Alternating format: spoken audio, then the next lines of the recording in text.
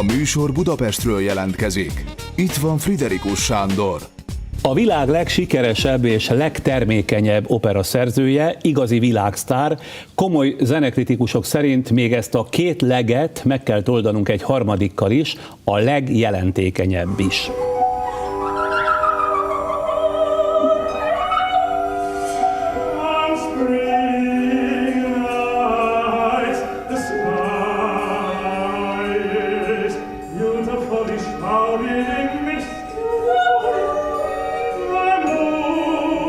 Operáit a világ legnagyobb operaházai tartják műsoron, új produkciói sorra járják végig a legrangosabb fesztiválokat. 2011-ben az Arany Oroszlán életműdíjat is megkapta a Velencei Zenei Biennálén.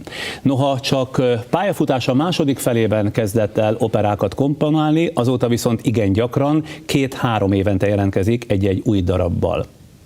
Alig több mint 10 évvel ezelőtt költözött haza, de sokáig kétlaki életet élt, itthon alkotott, Németországban pedig kortárszenét tanított, miközben lakott Franciaországban és Hollandiában is. Itthon augusztus 20-án megkapta a legmagasabb állami kitüntetést, a Szent István-rendet. Ma este Eötvös Péter zeneszerző karmester ül itt asztalunknál.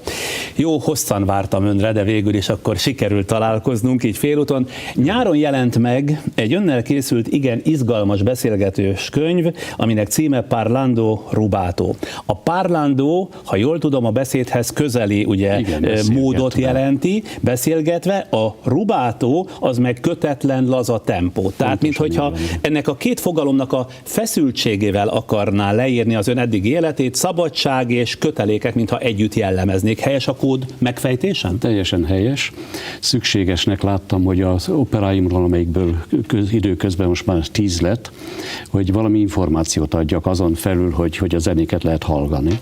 És ezért a kollégámmal, Amarállal elhatároztuk évekkel ezelőtt már, hogy megpróbálunk egy ilyen beszélgetős könyvet elkészíteni.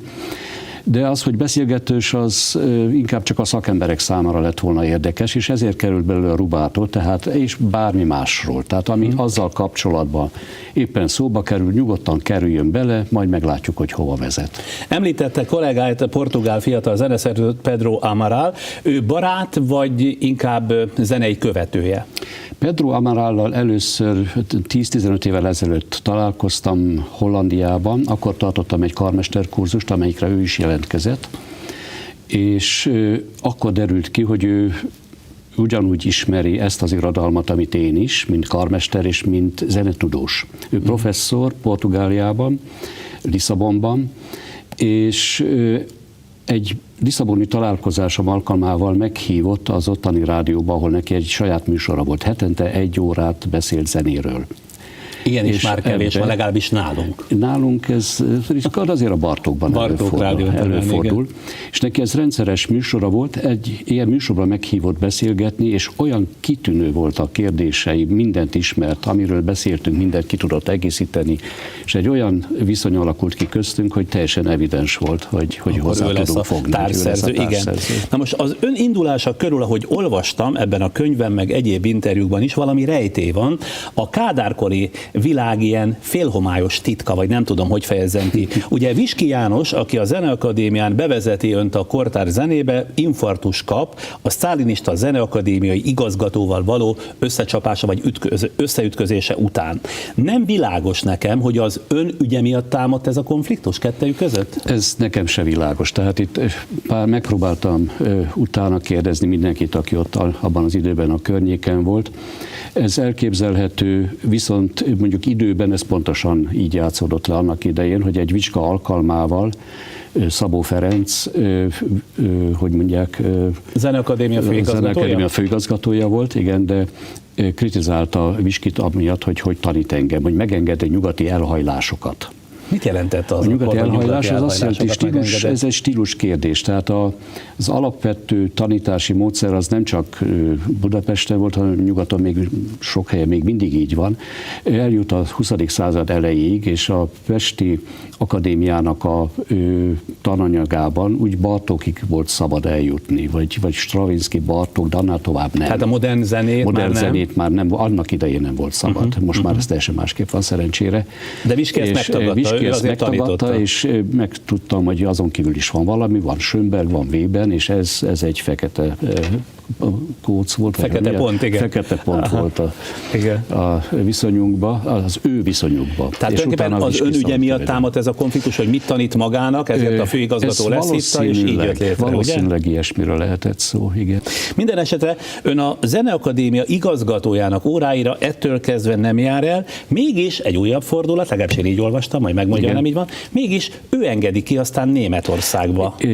Csak az elején nem jártam el, tehát egy fél évem az kimaradt, mert hozzá beosztottak, és akkor én vettem a bátorságot, és nem mentem el. Pont emiatt a konfliktus miatt? Igen, mert úgy hallottam, hogy ez a konfliktus van. Úgyhogy ezt most is szeretném megerősíteni, hogy ez nem biztos, hogy ez a konfliktus tényleg így volt, viszont az biztos, hogy én fél évig nem jártam be az óráira, és akkor kaptam egy cédulát, ki volt akasztva, hogyha nem jelenek meg az év elején, szeptemberben, akkor kitesznek a főiskoláról. Hát ez aztán egy komoly ér volt. Na de miért ajánlott ön Németországba? Csak hogy szabaduljon öntől, mert eredetileg ön Moszkvában akar tovább tanulni, ugye? Igen, Moszkvában nem kaptam, illetve a moszkvai tanulásról nem kaptam semmi további információt, viszont egy német ösztöndíjat megpályáztam, és azt rögtön megkaptam, tehát 2 hét alatt visszajött a visszajelzés a németektől, és én inkább pozitívnak veszem, hogy ettől kezdve valahogy nagyon pozitívan kezelte az én ügyemet, Szabó, akinél tanultam, végül is 2-3 évet nála tanultam. Olyannyira, hogy amikor 19 éves voltam, és ez 1963-ban volt, akkor le kellett volna diplomázzak. Viszont olyan korban voltam, hogy elvittek volna katonának. És ő volt az, aki azt mondta, hogy na nézze, akkor még ezt a részt itt javítsa ki, és akkor ehhez magának szüksége van 2 évre, és így megúsztam a katonaságot. Tehát ő nagyon pozitívan viselkedett velem szemben. 1966-ban jutott ki Kölnbe, és megismerkedett Stockhausennel, a kortárs zene ugye nagy ágyújával, lehet azt mondani. Úgy tudom, az ilyenfajta zenét addig is már itthon titokban azért hallgatták, például a Ferenciek terén álló templom egyik szobájában. Mi volt ebben a zenében az, amiért ennyire dugdosni kellett? Egy teljesen más szellemet képviselt, más technikákat, más zenei gondolkodást képviselt, ami Németországban egy természetes dolog volt annak idején, ugyanis a németek a háború után abból indultak ki, a Stockhausen is, és társai, Boulez is, ez tulajdonképpen egy nyugat-európai gondolkodási mód volt, hogy föl kellene számolni azt, ami a háború előtt történt a zenében. Tehát indítsunk el egy új gondolkodást, egy új kultúrát, egy új minőséget, és ez volt a kiinduló pontja például annak, hogy az akkori német rádiókban, tehát az 50-es években a zenekarokat úgy alapították meg, hogy azok modern zenét játszanak, tehát az új zenét képviseljék, az új kultúrát képviseljék. Na most ez az akkori magyar kultúréletben ez vörösposztó volt, szóval ezt elképzelhetetlen. Mi volt ezzel a baj? Azt se lehet tudni, hogy a jazz miért volt baj annak idején. De a jazz is tiltva volt, de az világos volt, mert az amerikai volt, ez meg tiltva volt, mert nyugat-európai volt. Azt hiszem, hogy ennyi az egész. Mikor volt a Vígszínház zenei vezetője? Talán még Presser előtt, ugye? Hát azt gondolom, mert Presser már jó régen. Igen, valószínűleg, mert én 17 éves voltam, 18 éves körülbelül, még annyi se. És akkor volt a Vígszínház zenei vezetője? Igen. De hogy tett szert? Hát ennek egy egész rövid útja volt tulajdonképpen. A főiskolán én jól improvizáltam, és ennek elterjedt a híre, úgyhogy a Színművészeti Főiskola meghívott annak idején egy vizsgafilmhez, hogy csináljak, játsszak zenét. Tudsz improvizálni, akkor improvizáljál. De mi van? Zongora? Nem zongora. Mi van még? Van egy Hammond orgona kint a stúdióban. Na, az pont jó lesz. És akkor kihívtak, leültem a Hammondhoz, megnéztem egyszer a filmet, játszottam hozzá kísérőzenét improvizálva, és ezzel kész is volt, egy fél óra alatt kész lettünk. Na hát ez volt a kiinduló pont. Utána volt egy vizsgaelőadás, szintén a Színművészetén, a Leonsz és Léna Babarci Laci osztályában, és attól kezdve engem bevontak ebbe a műfajba, színházi közegbe, filmközegbe egyszerre, és annak idején Kazán István, aki a Vígszínháznak az akkori főrendezője volt, Okézinek az Ezüst kupa című darabját rendezte, és ahhoz kellett neki valami, Péter írja valami modern zenét. Ezzel jött hozzám, és a Péter azt a modern zenét írta, hogy fölnyitotta a zongorát, és akkor amit hallottam, akkor a nyugati technikákból, hogy lehetett a húrt belül pengetni.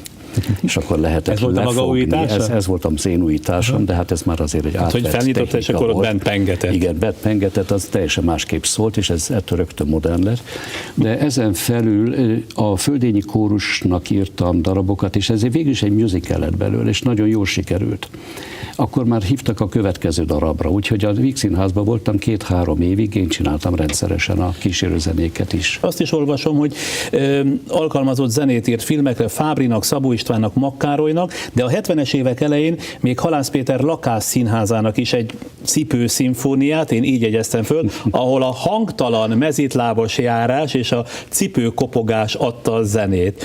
Ez a kortársi zenei kísérlete volt tulajdonképpen? Nem, ez abból a tudatból jött, hogy minden zene. Tehát minden, ami megszólal, a csend is zene, a hang is zene, az zöre is zene, a hang is zene, és ebből kiindulva volt egy olyan lehetőség, ami a Halász Színháznak a keretébe belefért, hogy a különböző cipőknek és a járásformáknak az alját egy darabban összefogjam. Na de a járásformák meg a cipők azok ugye egybe vannak, mert az ember fölveszi a cipőt, és akkor ahogy jár, úgy kopog a cipő. Tehát az egyik az mezitláb volt, mert annak is van valami hangja, a másik a magas sarkú cipő volt, aztán volt ez a, hogy is hívják, a holland klumpen, tehát az a nagy holland papucs, igen. A negyediken azon egy görkorcsolya volt, az ötödiken pedig egy sarkantyús csizma. És ebből összeáll egy zene? És ebből össze, persze, gyönyörűen, igen, ennek csak ritmust kell adni, és a féllábuk azok mindegyiknek mezitláb volt, tehát csak egy cipő volt rajtuk, és ahogy így mennek, azzal nagyszerűen lehet ilyeneket csinálni, meg sarkantjuk, meg különböző ritmus. Rögtön megszólal a zene. Egyébként tényleg már most, hogy lejátszotta, ebben már volt zene. Ugye, hát ebből ez a kiinduló. Igen. De ez azt is jelentette, hogy tehát akkor Kölnből, Németországból rendszeresen hazajárt Magyarországra van, dolgozni? Igen. És akkor ilyen formán nem is volt disszidens, ugye? Én nem vagyok disszidens, nem is voltam. Nem. És ezt magának csak úgy megengedték? Azért ez mégiscsak vastagon a 60-as évek vége, 70-es évek eleje, azért még nagyon a rendszer nem lazul.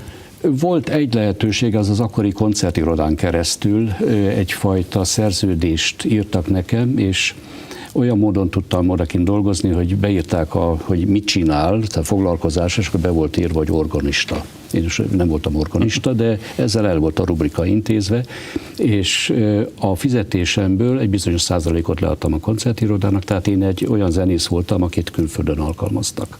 Tehát ez a magyarázat, hogy akkor így lehetett legalizálni az ön külföldi jelenlétét. És milyen volt a 70-es, 80-as években egy magyar, de mindenképpen már kozmopolita minőséget élő zeneszerző karmester élete nyugaton? 2 körben forogtam, az egyik egy nagyon zárt kör volt, amelyik a kölni zenei életnek a magva volt abban az időben, és azt kell tudni, hogy Kölnben a zenei élet, a modern zenei élet az akkori Mekka volt, tehát mindenki oda ment, mert ott volt Stockhausen, Ligeti volt egy ideig, Kagel dolgozott ott, Zimmermann tanított a főiskolán, és ezért a világ minden tájáról oda seregletek. Tehát mi egy egész komoly csoport voltunk, akik együtt gondolkoztak és együtt dolgoztak, és ezzel együtt a világ nyitva volt a számunkra. Tehát 1970-ben például Oszakában voltunk a világkiállításon a német pavilon zenészeiként, egy ilyen 30-as csoport, és utána mentünk New Yorkba, utána mentünk Perzsiába, tehát én végigjártam a világot. Mint német zenész? Mint német zenész,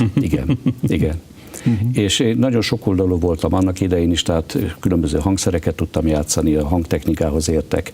Az elektronikus stúdióban voltam technikus, tehát hangtechnikus 8 éven keresztül. Ütőhangszereken játszottam, zongorán játszottam, és vezényeltem. Tehát tényleg nagyon jól tudtak használni, hogy így mondjam. Aha. Mi a magyarázat annak, ahogy megint csak olvastam ebben a könyvben is, meg az interjúban is, hogy elég későn, csak a 90-es évek végén kezdett el operát írni. Az első ugye a Három nővér, 1998-as.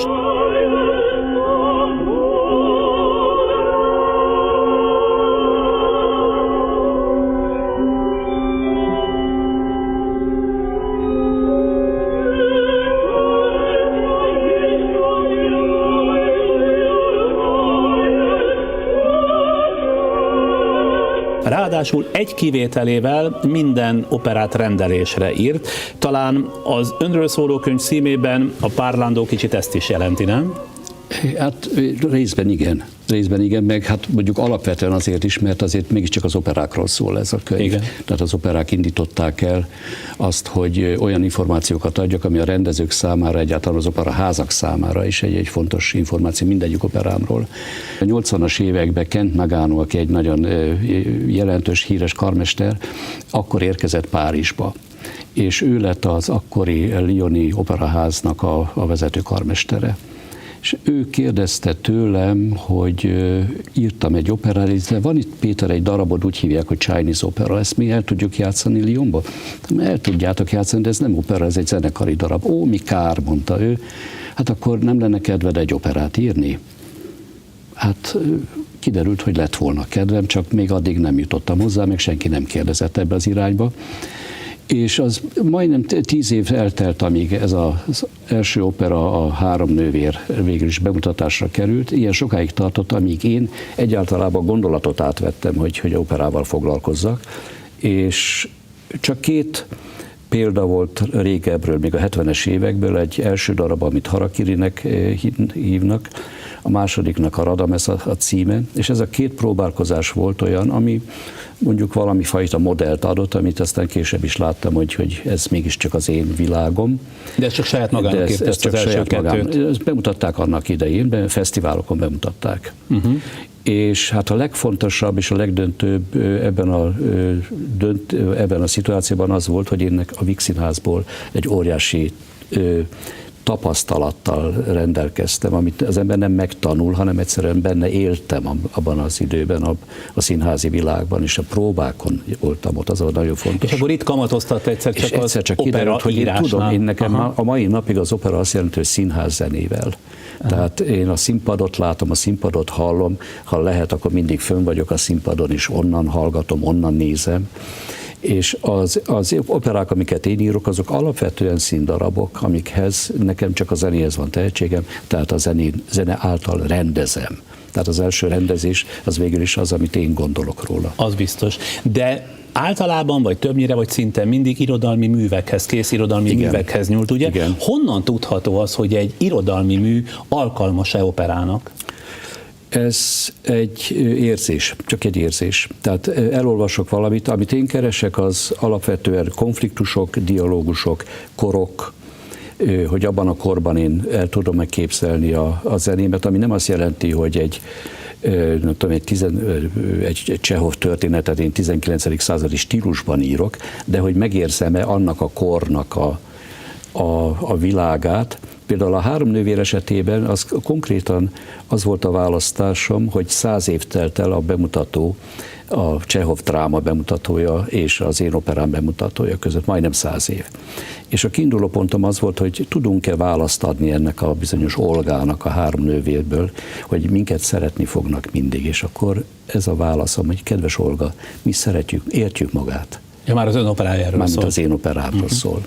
Tehát egy ilyenfajta kapcsolat jelent például olyasmit, hogy... És akkor volt bátorsága a Lyoni igazgató felkérésére a Három nővért megírni? Mert akkor ez lett belőle, ez ugye? lett, illetve én ajánlottam neki. Aha. Én ajánlottam neki, és mondtam is, hogy ezt azért is ajánlom, mert szerintem mindenki ismeri, tehát ez egy nagyon jó téma. Hát Péter, ahogy maga a világot elképzeli, mondta ő nekem, de azért csinálja csak nyugodtan. Na most nagy felfedezésem ebben a könyvben, hogy ön az első operát majdnem Molnár Csilla Andreáról írta, ugye a tragikus sorsra jutott Szépség királynőről, azt akarta megírni. Milyen lett volna az opera, ha elkészül? Nagyon sok női szereplő, hölgy, lány lett volna benne, mert ugyanaz a szépségverseny körüli téma volt. És ez volt tulajdonképpen Magyarországon hosszú idő után az első szocialista körülmények között tartott szépségverseny, ilyen kapitalista csökevényként, vagy nem tudom, hogy mondja. Igen. És abba például a döntés abba játszott volna szerepet, hogy nagyon sok női hang volt benne. Tehát őket össze lehetett volna fogni, úgy, mint a Parsifalban a Blumenmädchen, a viráglányokat, hogy egyszerre énekel nagyon sok lány. Tehát ez volt egy ilyen elképzelés, és azon belül lett volna egy főszereplő, egy tragikus főszereplő, egy drámai szituációba, aki megnyeri az egészet, és végül is öngyilkos lesz. Tehát mondjuk ez volt a kiinduló alapja, de nem volt irodalmi formája, tehát ez csak egy történet volt. És az első dramaturg, akivel Németországban erről beszélgettem, odaadtam neki az információkat erről, és azt mondta, hogy ne haragudj, de én nem tudok történetet írni, én csak adaptálni tudok. Hozzá nekem valamit, amit adaptálni tudsz. Jaj, milyen kár, hogy nem ismertük egymást. Hát tudja, hogy az én első könyvem Molnár Csilla Andreáról szólt, az első riportkönyvem? Annyit tudom, hogy annak idején azt megvettem, úgyhogy tudtam róla. De nem kért fel arra, hogy írjam meg ebből én a librettót. Nem jutott eszembe. Elnézést, így maradtam le a világról. Ezt nem számon kérem, csak most itt találkozott a mi sorsunk, hogy engem is nagyon akkoriban foglalkoztatott a téma, megírtam egy riportkönyvben, és most, hogy olvastam, mondom, tessék, hát ön is ezt úgy gondoltad, aztán letett róla? Letettem róla, mert be kellett írjak egy operát, tehát a dátum az már lassan adva volt, hogy mikorra legyek kész, és egy olyan témát kellett keresek, amit reálisan létre tudtunk hozni, és ebből lett a Három nővér. De mi fogta meg egyébként Molnár Csilla halálában? Hát ő maga, a halála. Szóval egy nagyon-nagyon szimpatikus lény, akit az ember nagyon szeret, megszeret, a történet folyamán is megszeret, és annak hangot tudtam volna adni. Tehát egy olyan fajta karakter, akinek hallottam a hangját. A kultúrák között, vagy a kultúrákban is vándorol. Hogyne. Orosz, japán, francia témák, Dél-Amerika, amerikai musical hatások, ezek mind-mind tetten érhetők az ön operáin. És nyelveket is, tehát különböző nyelveken írom az operákat. Igen? Ez miért van? Ez nem csak... Nagyon fontos. Azért, mert minden nyelvnek megvan a saját ritmus és dallamvilága. És a karaktere, hogy biztos világosan látszik, hogy egy német hogy beszél, egy angol hogy beszél, egy francia hogy beszél. De akkor minden nyelven ön beszél, amilyen nyelven ír operát? Nem, de adaptálni tudom. Adaptálni tudom, igen. Mert az nem kell az, hogy értse az ember pont azért, hogy a zene azt fejezze ki, amit az adott nyelv kifejez? Nézd, még a költőknél is úgy van, hogy nagyon sok költő, legalábbis nagyon sok magyar költő fordít idegen nyelvből, amelyiket nem beszél. Tehát kap egy nyersfordítást, viszont affinitása van a nyelv felé, amiből fordít. Most nálam is körülbelül ez van, hogy a Három nővért, az első operát, azt oroszul írtam, és imádtam az orosz nyelvet. Én azt annak idején az iskolában nem tanultuk, tehát az alá volt húzva, hogy ezt nem tanuljuk, és ez nagyon-nagyon hiányzik is. De amikor elkezdtem vele foglalkozni, azért nagyon sok példa volt rá, mert a Muszorszky operák, a Csajkovszky operáknak az ember a fülébe van, hogy a nyelv és a zene kapcsolata hogy működik. És ez egyébként fontos, hogy a zene, amit ön ír, kifejezze az adott nyelvet? Hogyne, hát az az alapja. Tehát én először, amikor egy operával kezdek foglalkozni, amíg az utolsó szögig nincs meg a szöveg, minden a ritmusa, a belépések, a tartalma, addig hozzá se fogok, egy hangot se írok. Tehát nem fordítva van, hogy előbb megvan a zene, és akkor majd arra alkalmazzák a szöveget. Csak a szöveg 100%-osan kész van, akkor kezdem el a zenét. Érdekes, hogy magyar téma igazán a Lilith című operájában merül fel, amely ugye Madács ember tragédiájára épül.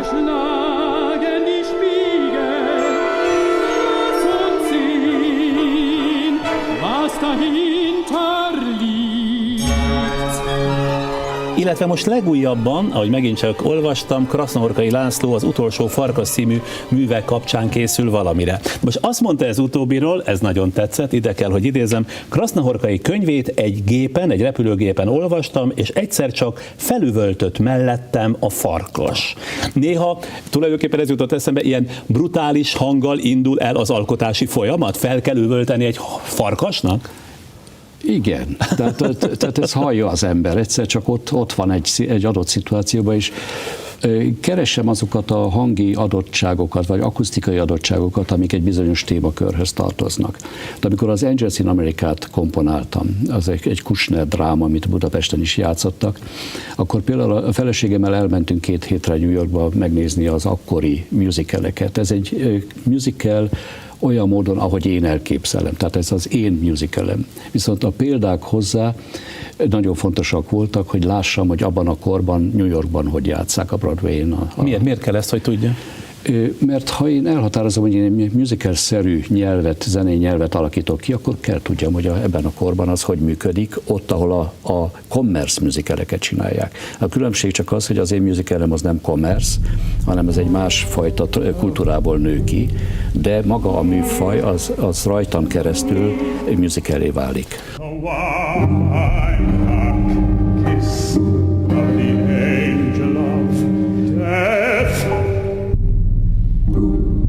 When did you find this? az kizárt, hogy olyan hatás érje, akár egy commerce musical hallatán is, ami aztán beépül a zenébe? Nem kizárt, sőt ellenkezőleg. Én nagyon nyitott vagyok mindenféle zene iránt, és nagyon sok népzenét, ázsiai népzenét, afrikai népzenét hallgatok, és popot, jazz, minden. Tehát a zenét én úgy fogom föl, hogy az egy kommunikáció forma az emberek között, az egyik a beszéd, a másik a zene. Úgy tudni, ön igazából, tart, és akkor ezt finoman fogalmaztam, az operák rendezőjétől, és valahol azt is nyilatkozta, hogy a készprodukciók előtt ön nem igen szeret szóba állni velük, mert gyakran, gondolom én, nem születik meg az opera színpadon, mint amit ön megírt. Ez az ellenmondás így igaz? Ez a jelenlegi szituáció, hogy most már tartóztatom magam attól, hogy mindent elmagyarázzak egy rendezőnek, most már hagyom őket. De ez a tapasztalatból jön. Tehát én 10-15 év óta komponálok operákat, és mindegyiknek a rendezési folyamatában is benne vagyok. És az elején mindig azt szerettem volna 10-12 éven keresztül, hogy azt realizálják, amit én elképzeltem. Az előbb említettem, hogy én vagyok az első rendezője. Tehát én például, amikor komponálok, akkor kiszámolom, hogyha valaki bejön a színpadra, és ezzel beszélni akar, hogy az körülbelül hány lépés lesz. Mert azt az ilyen precízen dolgozik? Hát muszáj, hogy én úgy dolgozok, mint egy filmrendező, tehát azt pontosan tudnom kell, hogy az hány ütemzenét jelent. És hogyha ezt kiszámoltam, akkor annak van egy jelentősége. Na most, ha ugyanezt a jelenetet úgy oldják meg, hogy nem tudom, lassabban jön be, akkor ez már nem ugyanaz. Tehát nekem fontosak ezek a pillanatok, ahol én valamit konkrétan elképzeltem, hogy ez körülbelül azt jelentse. Például volt most egy olyan rendezés az Angelsin Amerikában, ahol a nagy könyvet, a minden tudás könyvét ki kell nyitni, és a rendező kihagyta a minden tudás könyvét, hát akkor az egész jelenetet ki lehetne hagyni, mert ez megszólal a darabban. Tehát ezek a példák. Én tiltakozok, de nagyon sokszor nem úgy van, hogy nincs hatása. Tényleg? Miért? Hát még él. Mert ha már nem él, akkor azt mondom, hogy csináljanak, amit mondjuk azt se szeretem. Én azt szoktam mondani, Shakespeare, ha megírt valamit valahogy, a világirodalom egyik legnagyobb, hanem a legnagyobb alakjáról beszélünk, hogy jön ahhoz egy akármilyen nemzetiségű rendező, hogy fogja és kihúzzon belőle oldalakat. Tehát ez olyan fajta nagyképűség, amit én soha nem tudok elfogadni. De itt él a zeneszerzők között, és akkor is képesek ilyen szemtelenül viselkedni?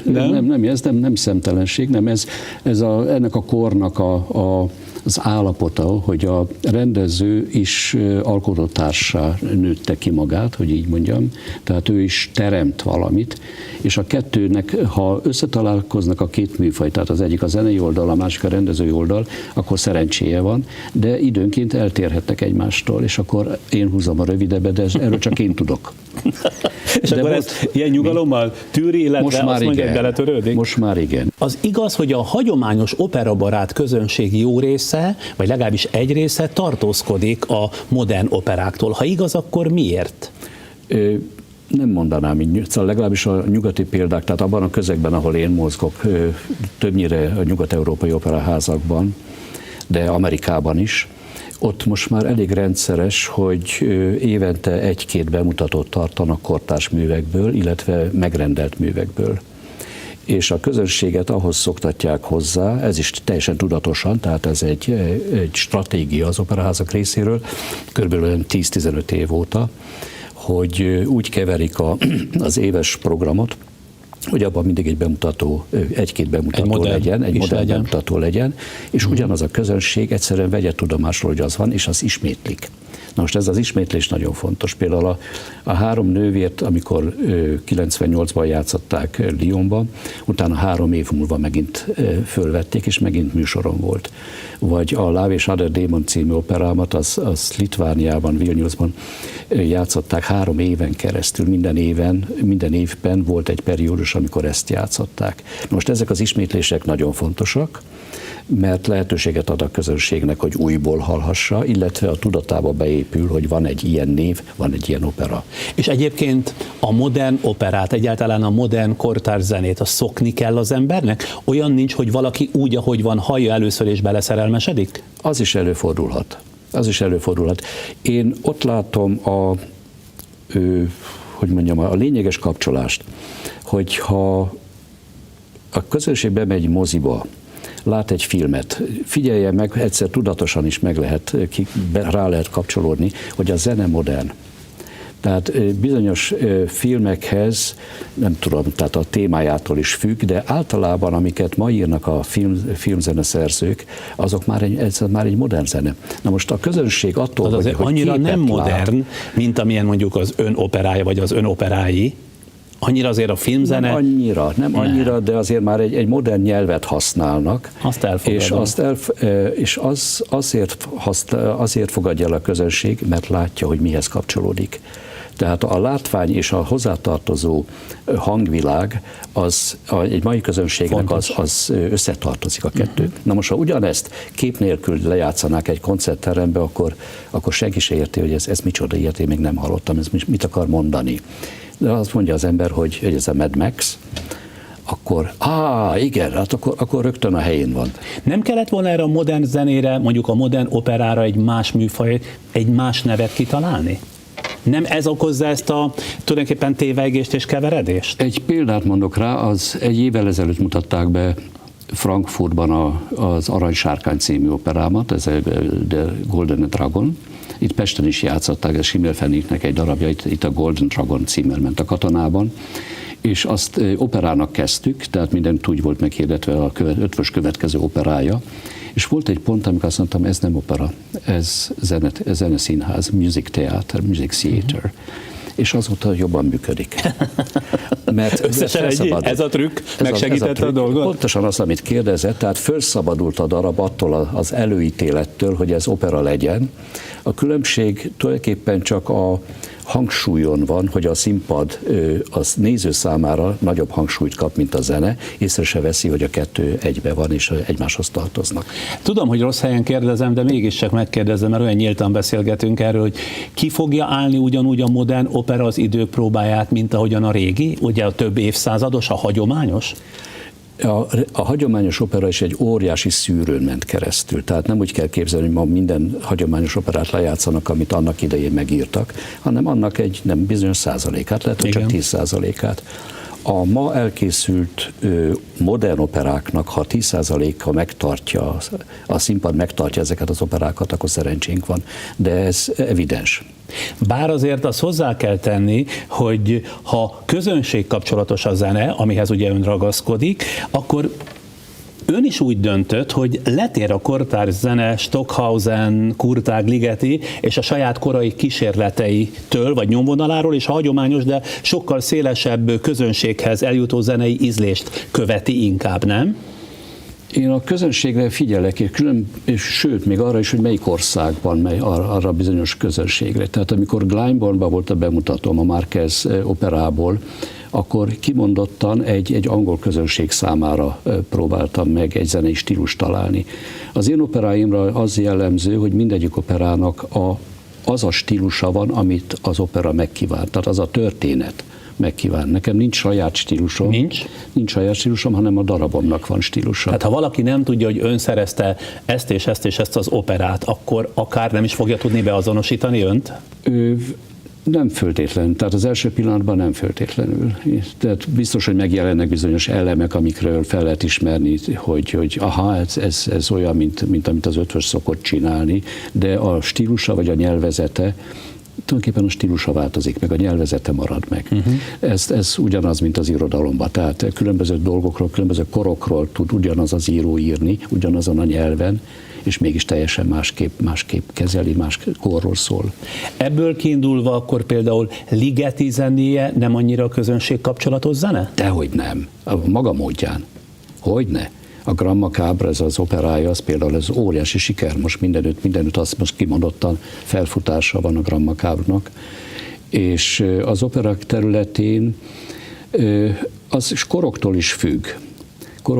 Meg valahogy úgy van, hogy az egyik operaház elkezd egy darabot játszani, akkor a másiknak tetszik, és akkor ők is átveszik. Tehát van egy ilyen állandó hullámzás az opera repertoár területén. Ön nem rontja a saját esélyeit olyan értelemben, hogy túl gyakran jelentkezik úgy, mivel nyilván nem fér a bőrébe, de ki akar, tehát elő akar jönni az a mű magából, de hogy ezzel nem rontja a saját esélyeit? Nem rontom, de fárasztom.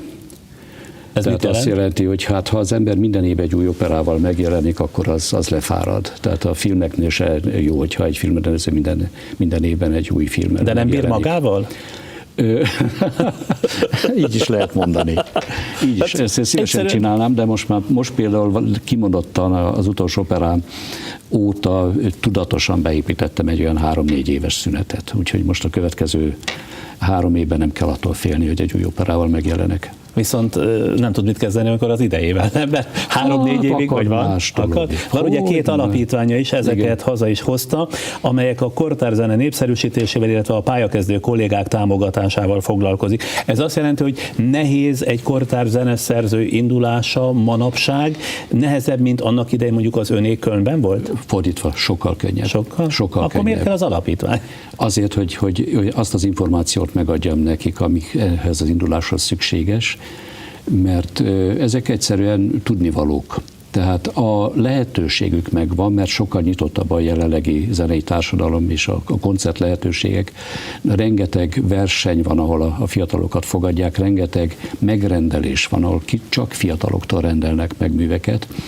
És ehhez az én tapasztalatom hasznos, mert én egy világlátásom van ezen a területen. Tehát tudom, hogy Japánban hogy gondolkoznak, Amerikában, Európában hogy gondolkoznak erről. Úgyhogy minden ilyen szeminárium, amit az alapítványon belül meghirdetünk, 20-30 Szingapúrból, Chicagóból, Tallinnból, össze-vissza a világ minden tájáról jönnek, mert ez most már egy márka. Könyve beszélgető társa Pedro Amaral azt írja, hogy a családjában, vagy a családjukban ön az ösztönös ember, felesége Mezei Mária pedig maga a racionalitás. Ez azt jelenti, hogy tulajdonképpen a felesége tartja önt kordában, ha úgy tetszik, ő ad formát a fantáziának, vagy ez a mondat inkább mondjuk az életvitelükre, és nem az alkotásra vonatkozhat? Kimondottan az alkotásra vonatkozik, igen. Én megjelenek a magam ötleteivel, fantáziálok, és akkor ő azt mondja, hogy ez semmi. És akkor azzal elintéztük, megyünk tovább. Akkor mit lehetne csinálni? De mutasson erre egy példát, vagy mondjon egy példát, kérem, hogy kereszteljük. Megjelenik a fantáziájával, milyen fantáziájával? Hogy mit írna meg? Hát mondjuk a legelső közös munkánk az a 3 nővér volt, ugye? És abban egy olyan szituáció alakult ki annak idején, hogy az első dramaturg, akit megkértem, a Henneberg, aki még most is a librettó írójaként van feltüntetve, ő adott nekem egy rövidített változatot a Csehov színdarabból. De ugyanabban a sorrendben, csak éppen egy pár mondat eltűnt belőle, és akkor ez volt. És mondtam feleségemnek, Marikának, hogy de ez biztos, hogy ez nem az, amit én akarok. Én úgy szeretném, hogy itt a különböző témák a különböző szereplőkhöz legyen csoportosítva. Na, ez nagyon jó, mondta ő. Tehát ez egy pozitív vélemény volt, és attól kezdve összeültünk ketten, fölvágtuk kis cetlikre a dialógusokat, és elkezdtük rakosgatni. És akkor jött az ő munkája, hogy ez passzol ide, ennek van logikája, ennek nincs logikája, ezt kihagyjuk, ezt odébb toljuk. És feltünteti őt a szerzőtársaként? Mindig, hogyne. Igen, nagyon sokszor a könyvben is megjelent librettó Mezei Mária. Amikor ugye lejárt a szerződése Hollandiában, elhatározta, hogy hazatelepül.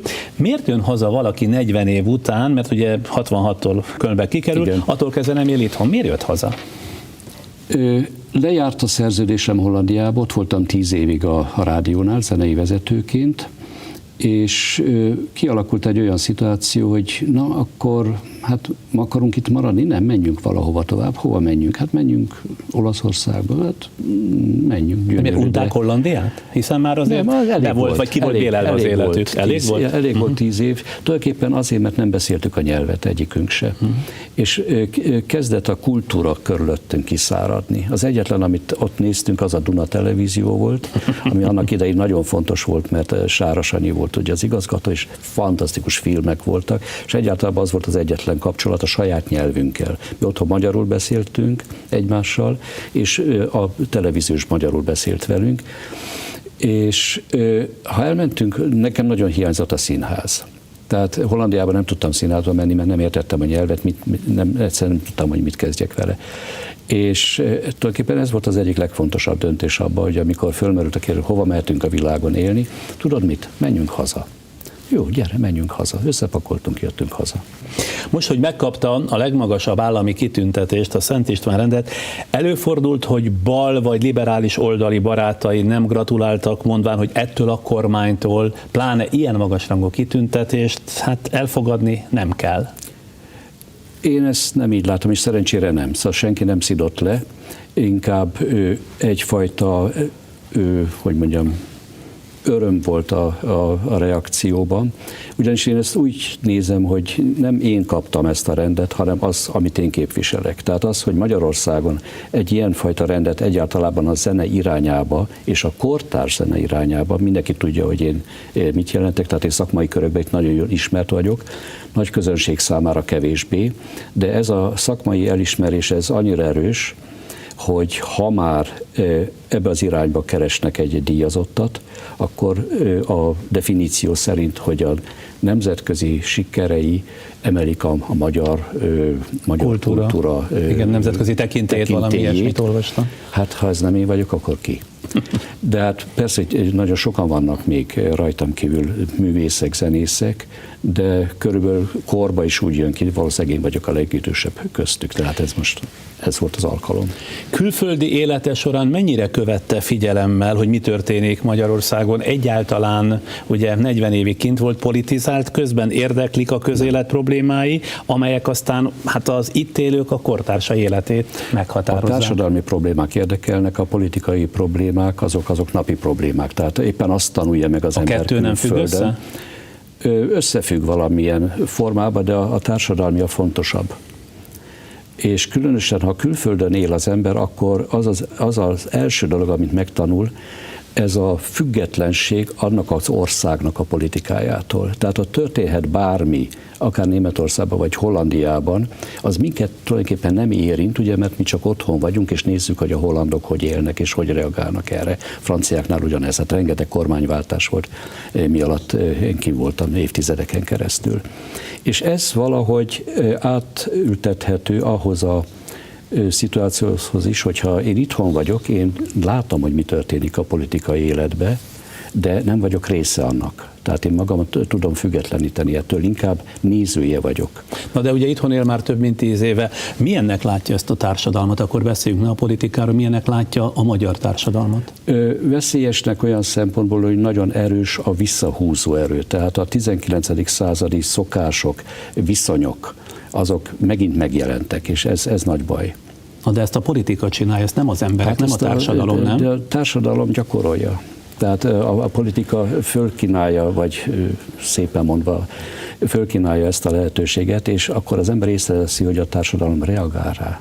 Akkor másképpen kérdezem, ugye elment innen a 60-as évek közepén, 60-as évek végén egy puha diktatúrából, és most olyan Magyarországon él, amelynek az államában és politikai rendszerében sokan ismét diktatórikus vonásokat látnak. Ön hogy áll ehhez?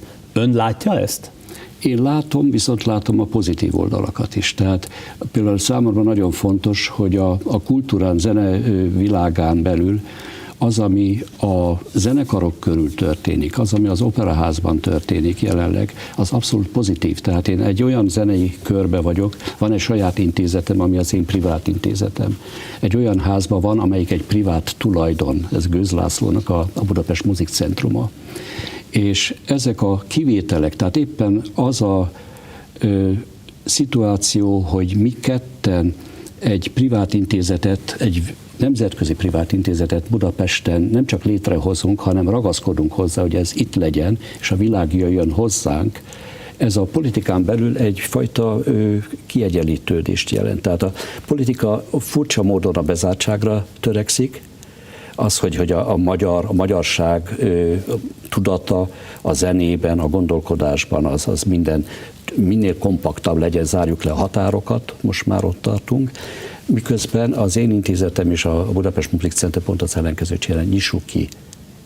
Tehát nyissuk ki az emberek tudatát abba az irányba, hogy a zene nyelvén keresztül mi a világgal állandó kapcsolatban tudunk lenni. Jövőre mutatják be azt az oratóriumát, amelynek a szövegét Eszterházy Péter írta.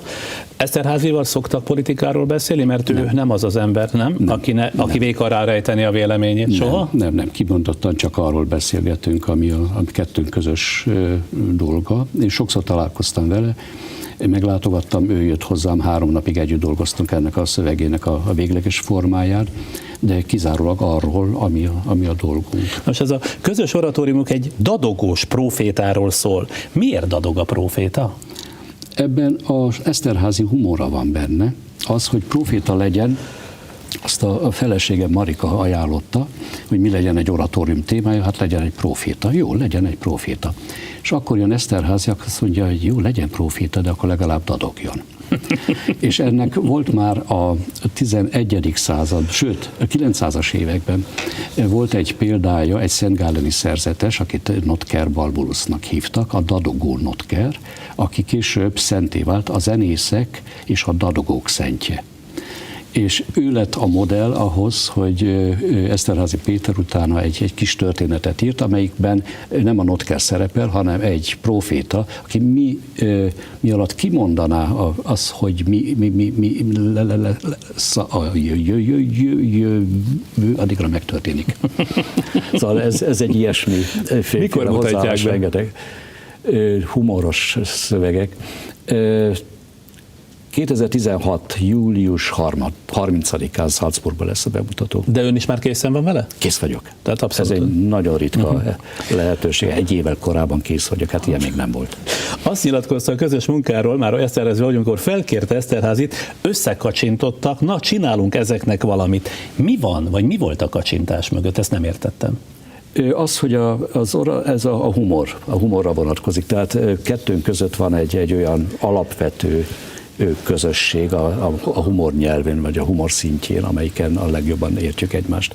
A zenében is nagyon fontos, hogy nekem van humora a zenémnek. Tehát én tudok azzal közlekedni, vagy dolgozni. És az oratóriumok területén ez egy nagyon nagy ritkaság. Nem is tudok olyan oratóriumot, amelyik a humorral mer valamit kezdeni, mert inkább egy olyan műfaj, amelyikben komolynak, filozófusnak kell lenni. És ez a szöveg, amit ő ír, ez egy fantasztikus kapcsolata a mély filozófiának és a humornak. Hát ugyanúgy, hogy az összes könyve. Nagyon harmonikusan, itt figyelem most már 50 perce, harmonikus, elégedett, alkotó ember, nagyon jól érzi magát a bőrében, legalábbis ezt sugározza, ugye? Így van. Semmi hiányérzet. Van azért? Idő. Az idő? Csak az idő. Hát mi, amikor egy évvel hamarabb elkészül egy hát azért ilyen készültem, művel? mert utána olyan sok dolgom van, hogy nem tudtam vele készülni. De most mondta, hogy most már nem fog 2-3 évente megjelenni újjal, hagy egy kis időt. Operával nem, de hát vannak Ja, hogy közben azért még van egyéb. Rengeteget dirigálok, rengeteget komponálok, Jó csak volt, operát nem. jó volt találkozni önnek, köszönöm szépen, hogy nagyon eljött. kedves, köszönöm szépen. Ma este a világhírű zeneszerzővel és karmesterrel, Ötvös Péterrel beszélgettünk, abból az alkalomból, hogy a művész a közelmúltban megkapta a legrangosabb magyar állami kitüntetést, a Szent István rendet. Már ez volt műsorunk, jövünk legközelebb is.